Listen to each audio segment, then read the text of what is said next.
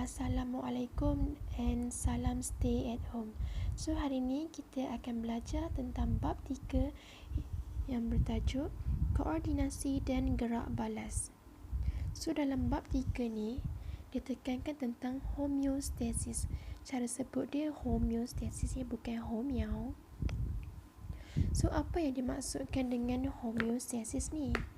Maksud dia ialah merujuk kepada pengekalan keadaan persekitaran dalam badan sesuatu organisma. Contoh seperti arah suhu, air, pH dan juga tekanan darah. So maksud senang dia ialah macam ni. Bagaimana benda hidup nak kekalkan keadaan persekitaran dalam badan dia.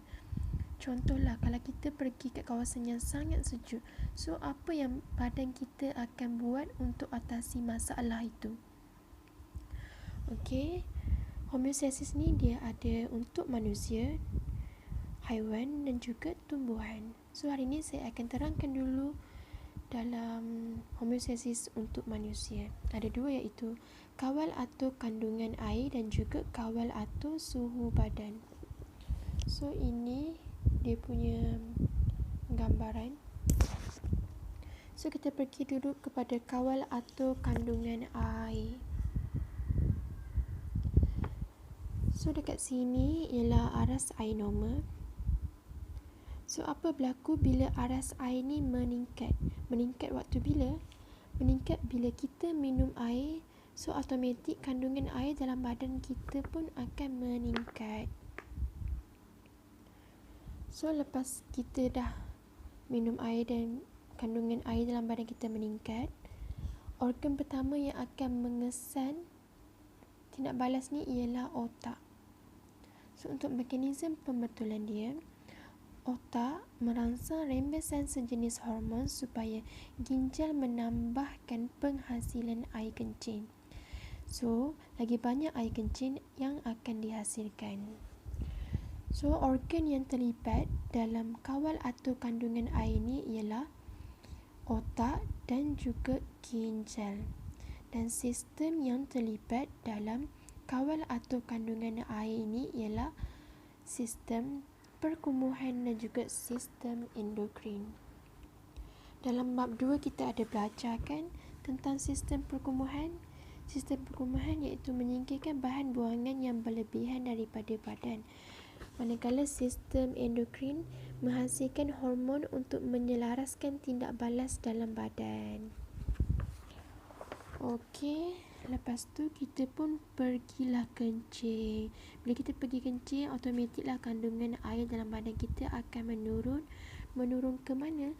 Menurun kepada aras air normal dalam badan kita. So apa pula yang berlaku bila aras air ni menurun? Menurun waktu bila? Waktu kita buat aktiviti. Bila kita buat aktiviti, kita akan berpeluh. So bila berpeluh, kandungan air dalam badan kita akan menurun. So organ pertama yang akan mengesan tindak balas ni ialah otak kita. So ini untuk mekanisme pembetulan. Otak merangsang rembesan sejenis hormon supaya ginjal mengurangkan penghasilan air kencing. And then kita pun akan berasa dahaga. Bila kita exercise kan, biasanya kita rasa penat dan kita akan berasa dahaga. Sebab tu kita akan minum air. So bila kita dah minum air, kandungan air dalam badan kita pun akan meningkat kepada aras air normal. So macam itulah cara badan kita mengawal atur kandungan air dalam badan kita. So kita pergi pula kepada kawal atur suhu badan. Macam mana badan kita nak kawal atur suhu badan kita? So suhu normal badan kita ialah 37 darjah Celsius. So apa yang berlaku bila suhu kita ni meningkat? Meningkat contohnya bila hari panas, suhu badan kita juga akan meningkat.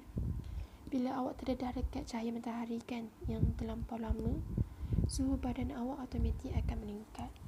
So ianya akan dikesan oleh otak. Ini ialah mekanisme pembetulan dia. So bulu roma ni akan condong Bulu roma condong untuk mengurangkan udara terperangkap pada kulit supaya haba mudah dibebaskan.